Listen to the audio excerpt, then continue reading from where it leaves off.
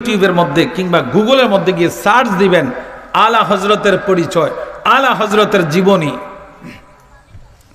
আলা হযরতকে মসলকে আলা হযরত আমরা যেটা বলি, এই মসলকে আলা হযরত সম্পর্কে আপনাকে জানতে যদি আপনি কিতাব একান্তই পড়তে না চান, তাহলে আপনি গুগলে সার্চ দিবেন ইমাম আহমদ ইশকে মোহাম্মদ আলা হযরত, ইমাম আহমদ রেজা খান ফাজিল বেরেলভী রাদিয়াল্লাহু তাআলা আনহু, তিনি কে সম্পর্ক জানতে পারবেন, যিনি 1400 কিতাব তিনি লিখেছেন। ডান হাতে কিতাব লিখলেন, বাম হাতে নবীর দুশমনদেরকে শায়েস্তা করতেন। আর জোরে কন্যা সুবহানাল্লাহ।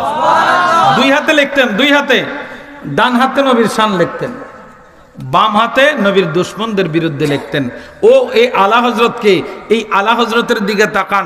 এই আলা হযরত, মনোযোগ দেন, এই আলা হযরত কোনদিন সবুজ ঘাসের উপরে পা জুতা পইরা হাঁটেন নাই। সুবহানাল্লাহ। আপনাদের মনোযোগ নাই। আলা হযরতের কথা বলতাম। আলা হযরত ইমাম আহমদ রেজা খান ফাজিল বেরেলভী রাদিয়াল্লাহু তাআলা, তিনি জীবন দশায় কোনদিন সবুজ ঘাসের উপরে জুতা পায়ে দিয়ে হাঁটেন নাই। হুজুর আপনি কেন জুতা পায়ে দিয়ে হাঁটেন নাই?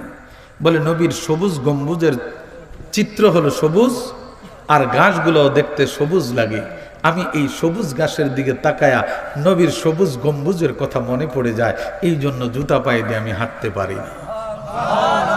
আর জোরে কন্যা সুবহানাল্লাহ। ওলি তো তারাই হবে, কথা বলেন না, যারা নবীরে চিনছে তারাই তো ওলি, যারা নবীরে চিনছে তারাই তো ওলি। বন্ধুরা আমার একটু গভীর মনোযোগ দেন। ওলিদের দরবার আপনাকে চিনতে হবে, ওলি আপনাকে চিনতে হবে, ওলি চিনতে হবে, ওলি চিনতে হবে, ওলি চিনতে হবে, ঠিক কিনা?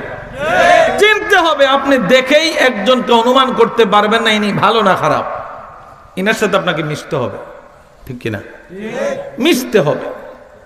আসেন, জুনায়েদ বাগদাদি রহমাতুল্লাহি আলাইহি, তিনি একদিন নদী পার হবেন। কি পার হবেন? নদী পার হবেন। আল্লাহ বলছেন, আলা ইন্না আউলিয়া আল্লাহি লা খাউফুন আলাইহিম ওয়ালা হুম ইয়াহজানুন। আমার ওলিদের কোনো ভয় নাই, কোনো ভয় নাই। কে বলতেছেন? আল্লাহ বলতেছেন আমার ওলিদের কোনো ভয় নাই, তারা চিন্তিত হবে না, তারা চিন্তিত হবে না, তাদের কোনো ভয় নাই।